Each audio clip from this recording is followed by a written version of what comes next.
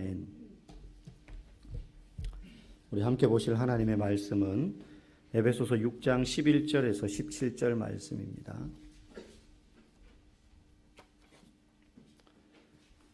신약성경 316페이지 에베소서 6장 11절에서 17절 말씀.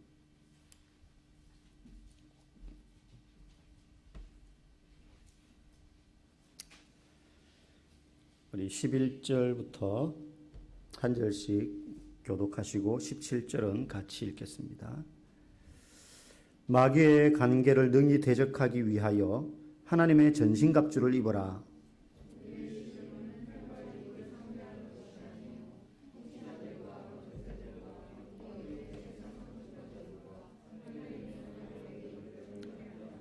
그러므로 하나님의 전신갑주를 취하라. 이는 악한 날에 너희가 능히 대적하고 모든 일을 행한 후에 서기 위함이라.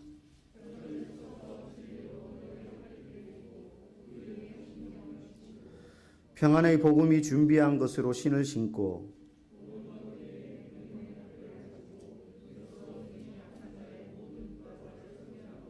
구원의 투구와 성령의 검 곧 하나님의 말씀을 가지라. 아멘. 에베소서를 오늘 이제 16번째 보는데 쭉 에베소서를 보다 보니까 예전에 이렇게 에베소서 한 파트 이렇게 한 구절씩 설교했던 부분과 겹치는 부분이 있습니다. 오늘 전할 이 말씀 마카이라와 레마 이 말씀은 예전에 제가 한번 한 3, 4년 전에 했던 설교더라고요. 제가 자료를 찾아보니까. 근데 그 부분을 조금 더 우리가 깊이 있게 오늘 다시 한번 살펴보기를 원합니다. 마카이라와 레마 말씀으로 함께 은혜 나눌 때에 주님의 큰 깨달음이 저와 여러분에게 있기를 간절히 소망합니다. 여러분, 교회 다니는 사람이 신앙생활을 하는 목적 뭐라고 생각하십니까? 여러 번 말씀을 드렸지만 뜻하는 바 소원을 하나님께 아뢰어서 그 소원 성취하면서 이 땅에서 유유자적하게 행복하게 잘 사는 것, 그게 그리스도인의 신앙생활의 목적만은 아닙니다. 그건 하나님이 주시는 복 중에 하나 일부분일 뿐이죠. 만약에 그게 신앙생활의 목적이라면 사실은 우리가 섬기는 대상이 마음에 안 들면 얼마든지 바꿔도 돼요. 근데 하나님께서 우리에게 예수 그리스도를 보내주셔서 자기 아들을 죽게까지 하시면서 우리를 구원해 주신 데는 그저 잘 먹고 잘 살게 하기 위함이 있다는 건 아니에요. 성경을 읽다가 보면 여러 가지 다른 말로 표현할 수 있지만 그리스도인으로 하여금 구원을 주셔서 신앙생활 하나님만을 섬기게 하는 목적은 하나님이 원하시는 열매를 맺는 인생을 살아가라고 우리에게 신앙의 목적을 주셨다는 거예요. 하나님이 기뻐하시는 삶의 열매를 맺는 것. 그런데 이 열매는 결코 저절로 맺히는 것은 아닙니다. 야산에도 보면 누가 심거나 가꾸거나 비료를 주지도 않았는데 사과가 열리기도 하고 배가 열리기도 하고 감이 열리기도 합니다. 밤이 생깁니다. 그런데 아무리 돌보지 않았는데도 열매가 맺혔다고 하더라도 밭에서 농부가 거름을 주고 또 영양분을 제공하고 해를 쬐게 하고 벌레를 잡아주고 정성껏 돌본 그런 과실수보다는 열매가 좋지 못해요. 벌레도 막 먹고 말이죠. 크기도 작고 그렇습니다. 농부의 땀과 그리고 돌봄이 있을 때 좋은 열매를 맺는 것인데 그렇게 농부가 밭에서 나무를 키워서 열매를 맺도록 하는 그 힘든 과정 중에 여러 가지 일을 하지만 벌레도 잡고 비닐하우스도 쳐주고 하지만 그 과정 중에 중요한 것 하나가 가지치기입니다. 가지치기. 그냥 내버려두면 산에 있는 나무들 보십시오. 그냥 장가지들 이파리들이 한없이 뻗잖아요. 그러니까 열매에게 갈 그 영양분이 엉뚱한 대로 다 빠져버린다는 거죠. 그래서 밭에서 키울 때는 불필요한 가지들은 과감하게 막 잘라줍니다. 멀쩡한 데 막 잘라요, 그냥. 나무는 자르고 우리 여기 밭에 방울토마토 아직까지 이 방울토마토가 나요. 보니까 끝물인데 근데 그것도 보면 별거 아닌 풀떼기 같은데도 다 따줘야 돼요. 그거 그냥 내버려두면 꽃만 무성하지 열매는 시원치 않습니다. 나무는 더 하겠죠. 멀쩡해 보이는 가지들을 막 잘라줘야 열매로 영양분이 집중되어서 좋은 열매를 맺게 되어 있는 겁니다. 신앙생활도 마찬가지입니다. 하나님께서 한 성도를 잘 자라서 그 성도가 좋은 열매를 맺도록 하기 위해서 하나님이 뭘 하시느냐? 가지치기를 합니다. 그 사람의 삶에 하나님이 기뻐하시는 열매를 맺는데 방해되는 것들을 잘라낸다는 거예요. 불필요한 것들, 죄악들을, 그리고 불순종하는 게 뭔지, 하나님에 대한 불신의 마음이 뭔지, 이걸 가지치기 하면서 잘라내는데, 그 가지치기 하는 데 쓰는 도구가 뭐냐? 나무의 전지가위와 같은 그 역할을 하는 게 뭐냐? 하나님의 말씀이라는 거예요. 그래서 우리가 말씀을 읽으면 자기 죄가 생각납니다. 가슴에 찔림이 와요.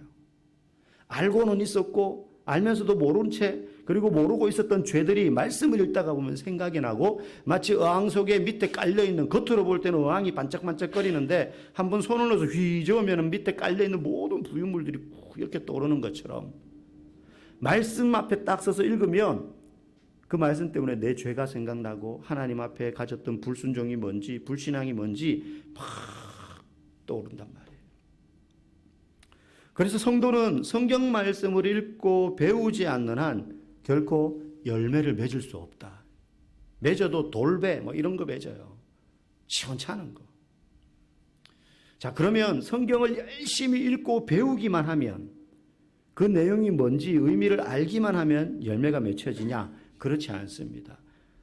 한 단계 더 나아가야 되는데, 성경 말씀이 하나님의 음성으로 들려야 합니다. 이게 굉장히 신비롭고 어려운 일이에요. 말씀을 읽고 배우는 건 시간을 투자하고 지적인 능력을 활용하면 돼요. 심지어 믿음이 없어도. 근데 믿음 없는 학자가 성경 말씀을 박사처럼 잘한다 그래가지고 그 사람의 삶에 하나님의 열매가 맺힙니까? 아니거든요. 하나님의 음성으로 자기에게 들려줘야 돼요. 이 말씀 하나하나가 내게 하시는 하나님의 말씀으로 믿어져야 된다는 겁니다.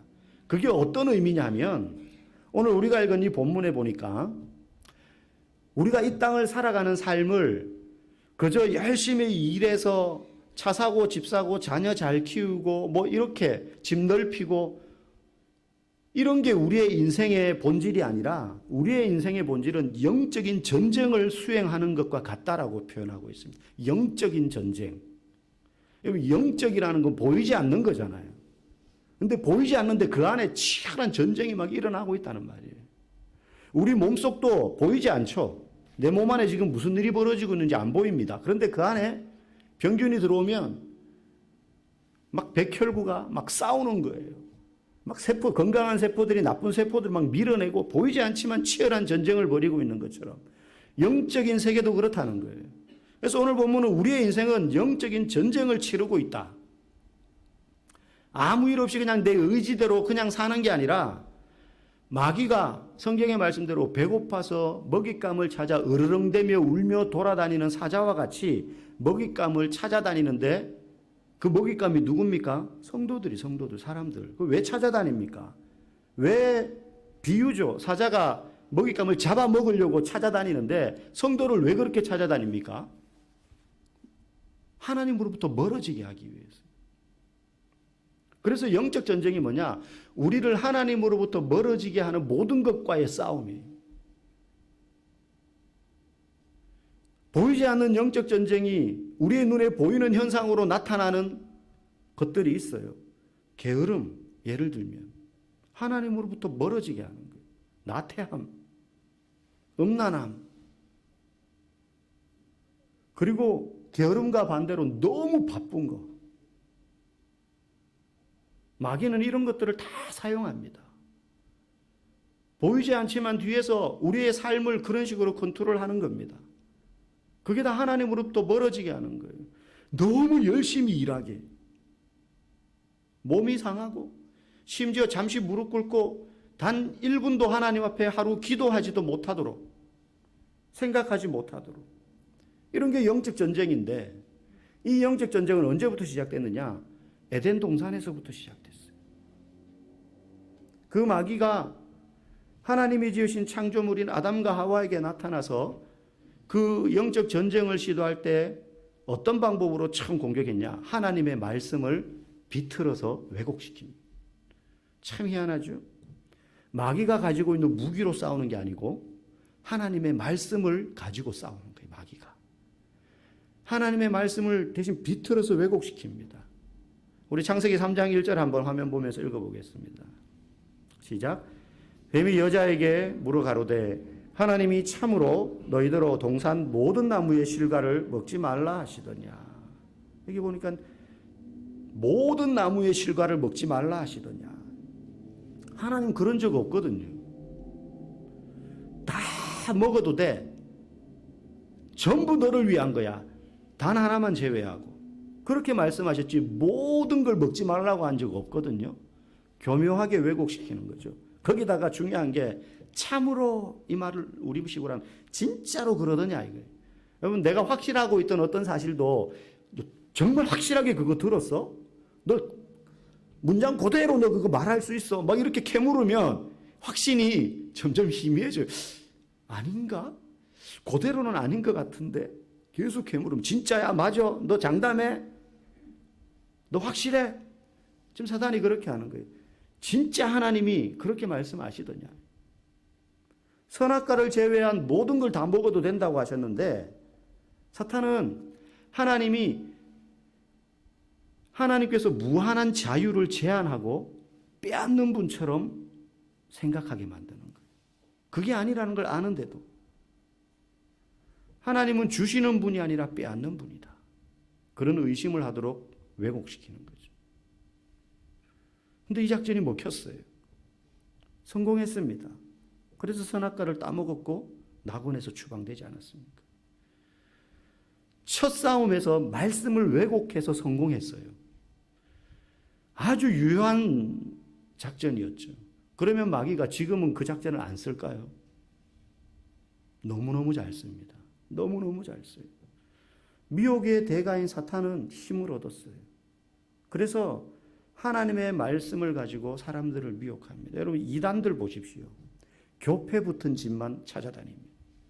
물론 교패 안 붙은 집도 가긴 가겠지만 정상적인 교회라면 전도하다가도 그 집 대부분에 교패가 붙어 있으면 건너뛴단 말이에요. 아, 교회 다니시는구나. 속으로 오히려 반갑죠. 아, 교회 다니는 분 있구나. 우리 이웃에. 근데 이단은 그런 집을 찾아다녀요. 아, 요즘은 저희 애가 집에 있는데 아파트인데 그 뭡니까? 도를 아십니까? 집에도 찾아와요. 집에도 찾아와요. 여러분 이단들이 왜 그렇게 합니까? 대부분의 성도들이 성경 말씀을 잘 모른다는 약점을 노리는 거예요. 자기들은 몇 가지 착착착착 외워오는 게 있어요. 한 20개, 30개. 그걸 딱 던지는데 그게 전부 다 성경에서는 명확하게 말하지 않거나 명확하게 말하는데도 불구하고 잘 모르는 성도들이 들으면 긴가민가 생각할 만한 구절들만 딱 뽑아놓고 그걸 가지고 공격을 하는 거죠. 그렇게 왜곡시켜도 대부분의 성도들이 잘 모르거든요. 그런가? 우리 교회에서는 그렇게 안 가르쳐 주던데 그런 말씀 한 적 없는데 성경에 그런 말이 있단 말이야? 정말 그런 말이 있어? 마귀가 이야기하는 것과 똑같은 거예요. 넘어가기 쉬운 거죠. 여러분 사탄은 먹잇감을 찾아다니는데 배고픈 사자와 같아서 여러분 배고픈 사자가 맛있는 먹이 맛없는 먹이 가리겠습니까? 먹을 만한 거 못 먹을 만한 거 가리겠어요? 썩은 고기도 먹는 거예요. 대상을 가리지 않는다는 겁니다. 시점을 가리지 않아요. 교회를 오래 다녔다고 해서 패스. 3대째 예수 믿는 집이니까 저 사람은 이빨도 안 들어갈 거야. 패스. 그러지 않습니다. 다 찔러보는 거예요. 다 찔러보는 거예요. 저에게 우리 교회 성도가 아닌데 한 달에 한 번씩 정성껏 손편지를 써서 보내는 분이 계세요. 옛날 그 이렇게 줄 쳐져 있는 까만 선으로 되어 있는 편지지 있잖아요. 정성껏 글자도 잘 쓰세요. 3장, 4장 분량 빽빽하게. 신천지 교인입니다.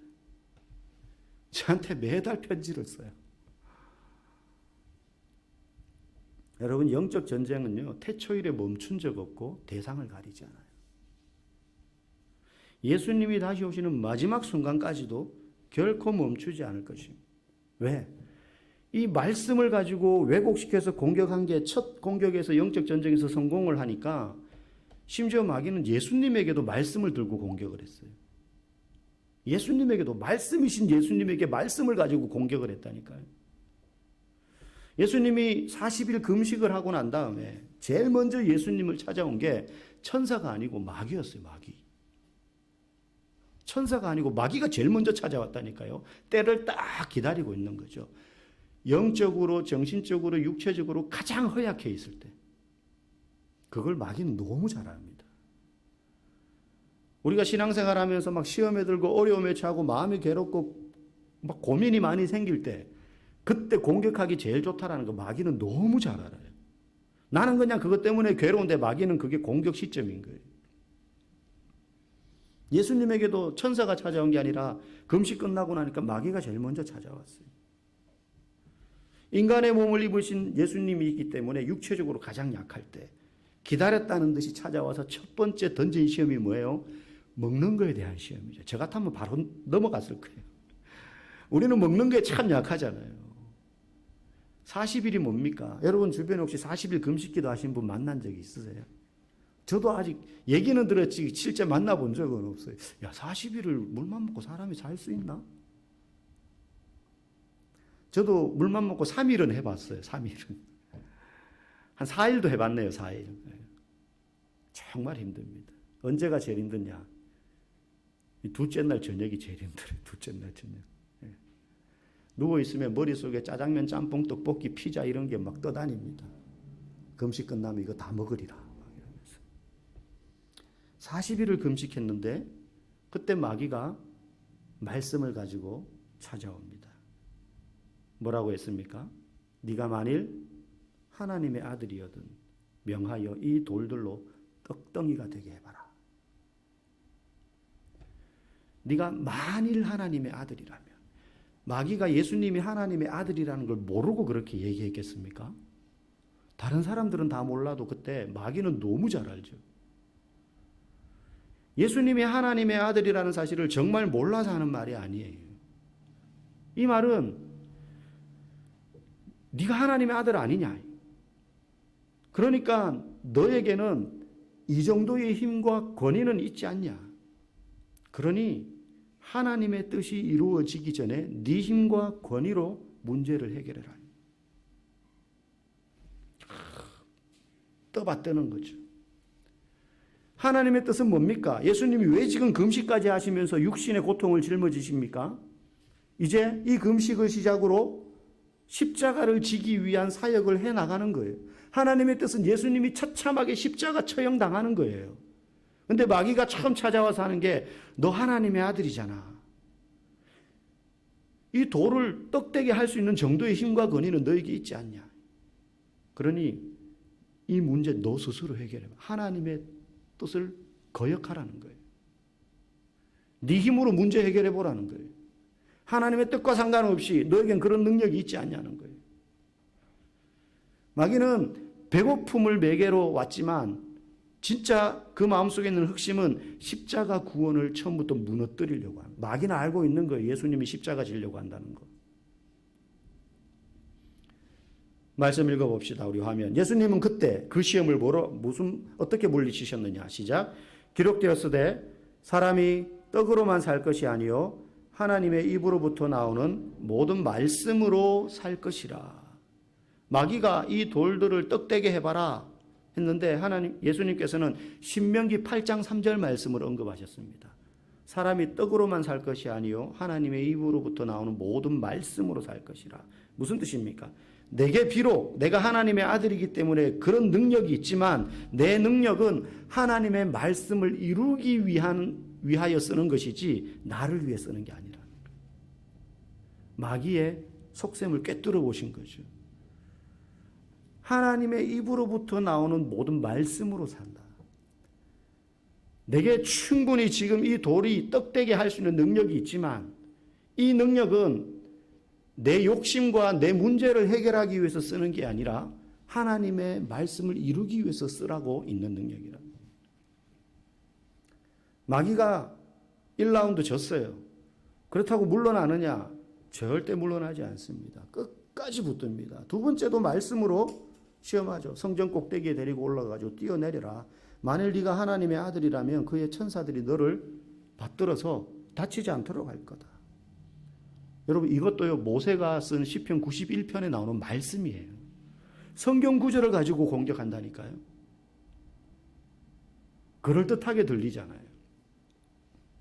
하와에게 했던 것처럼 원래 있는 하나님의 말씀에 만일이라는 걸 가정을 넣어가지고 교묘하게 헷갈리게 만드는 거예요.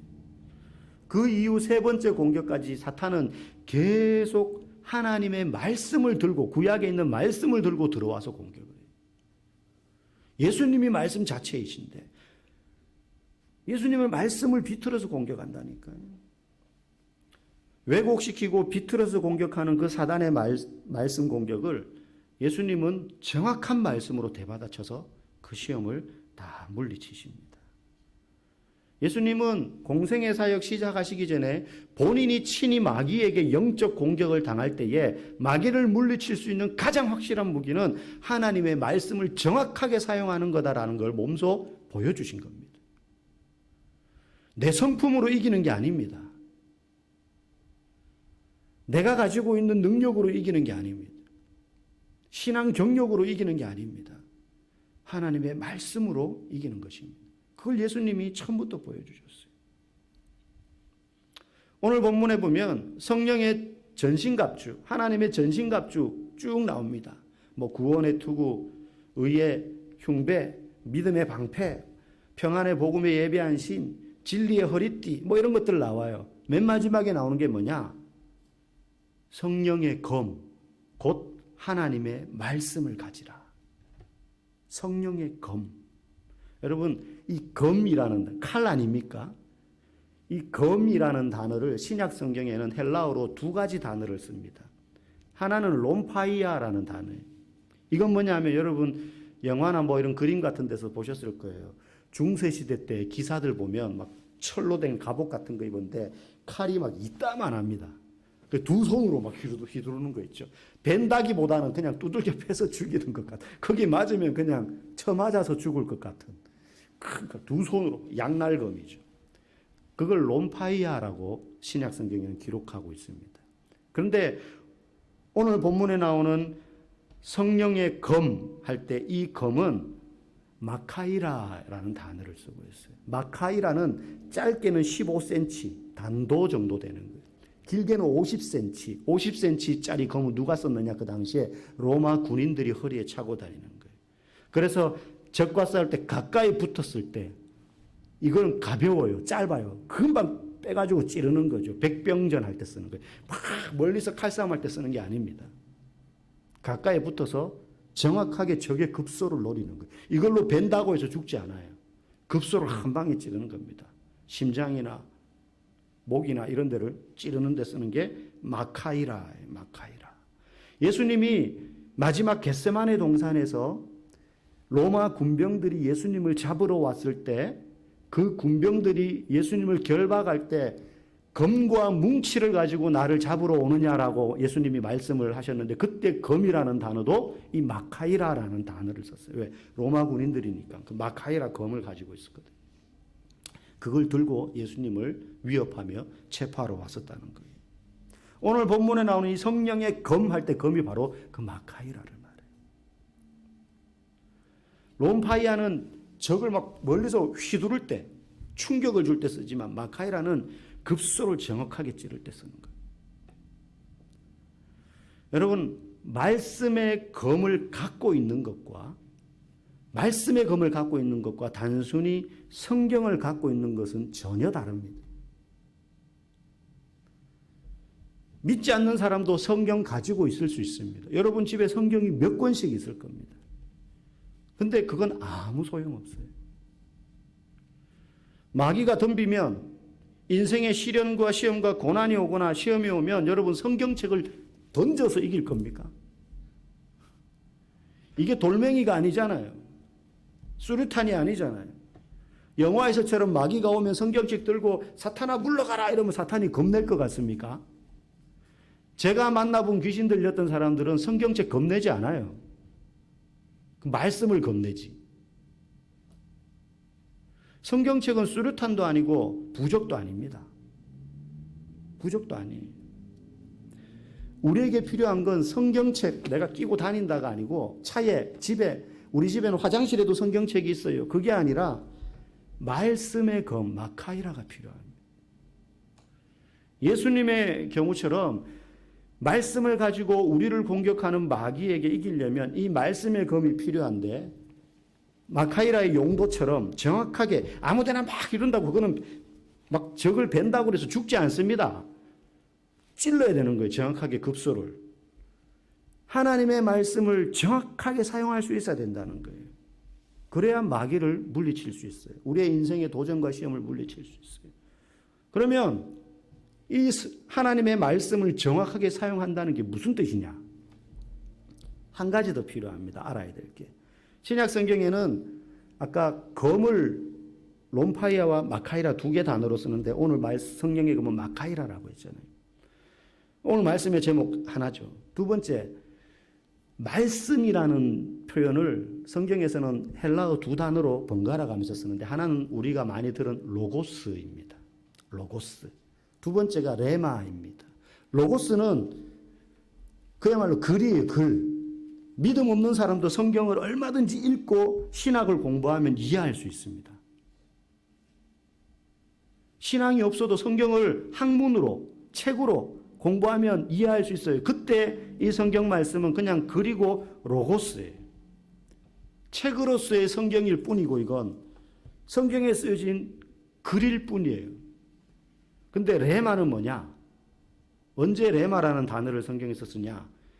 이 로고스의 말씀, 이 성경 글귀가 나에게 하시는 하나님의 음성으로 다가올 때 똑같은 구절인데 그건 레마라고 표현을 해요. 성경에서.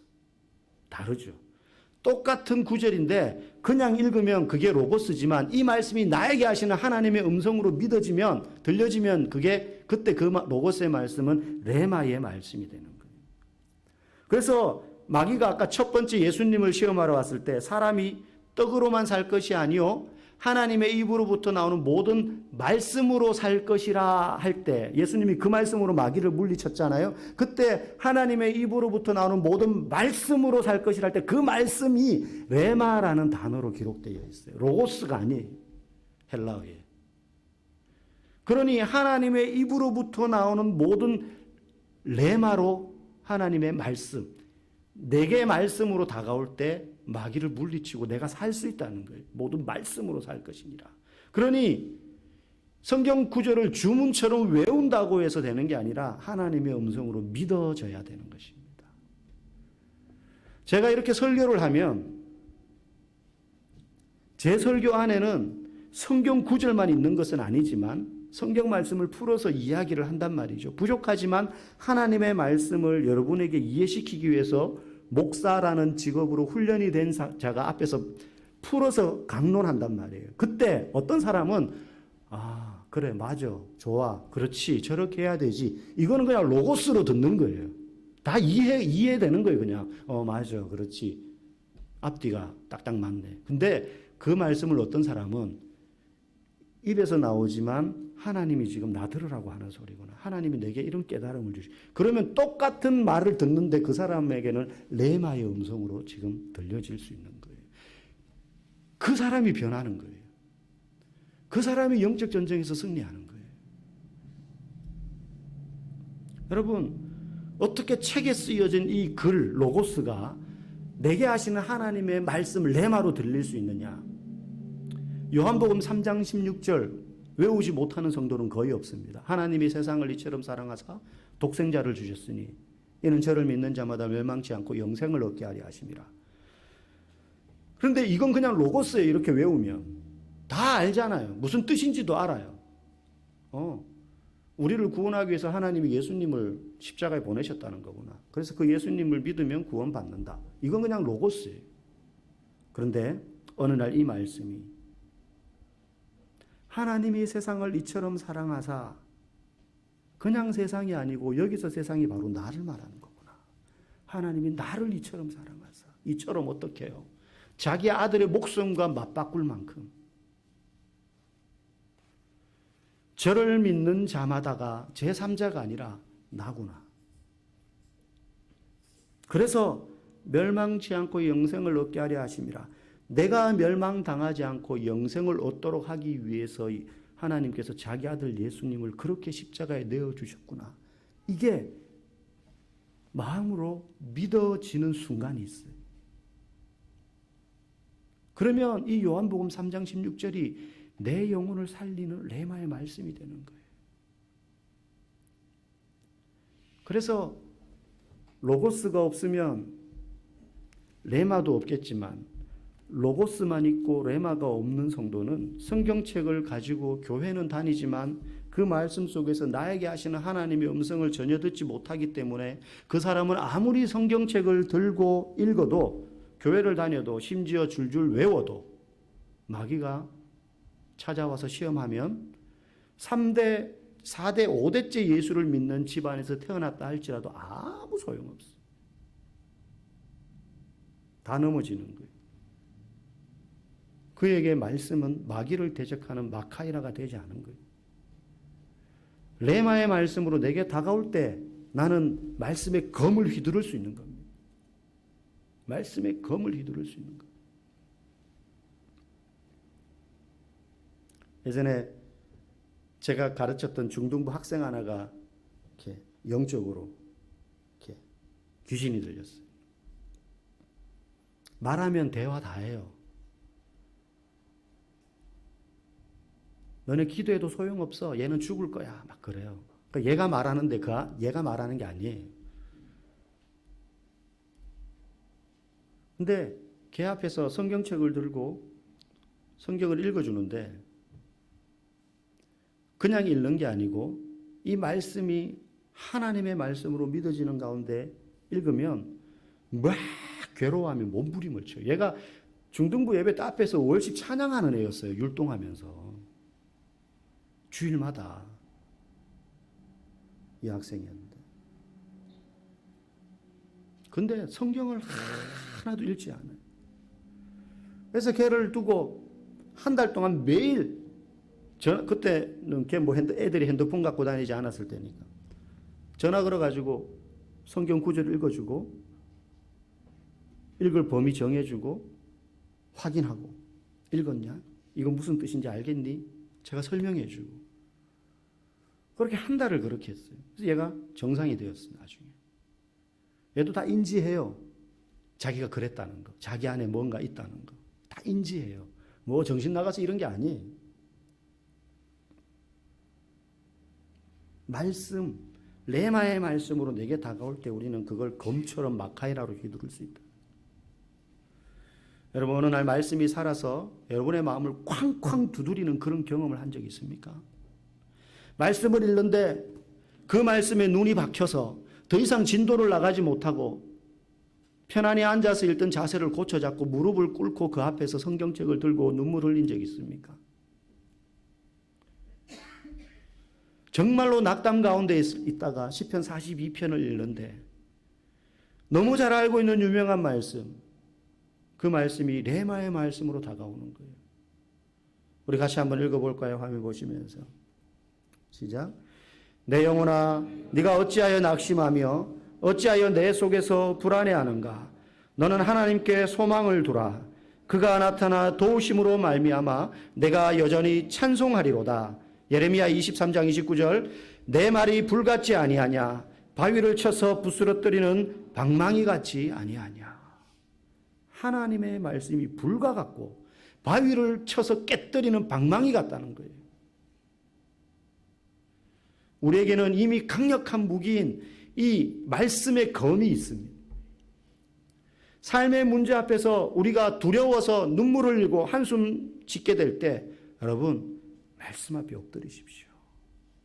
천하장사도 다른 방법 없습니다. 목사가 아니라 목사 하레비도 마찬가지.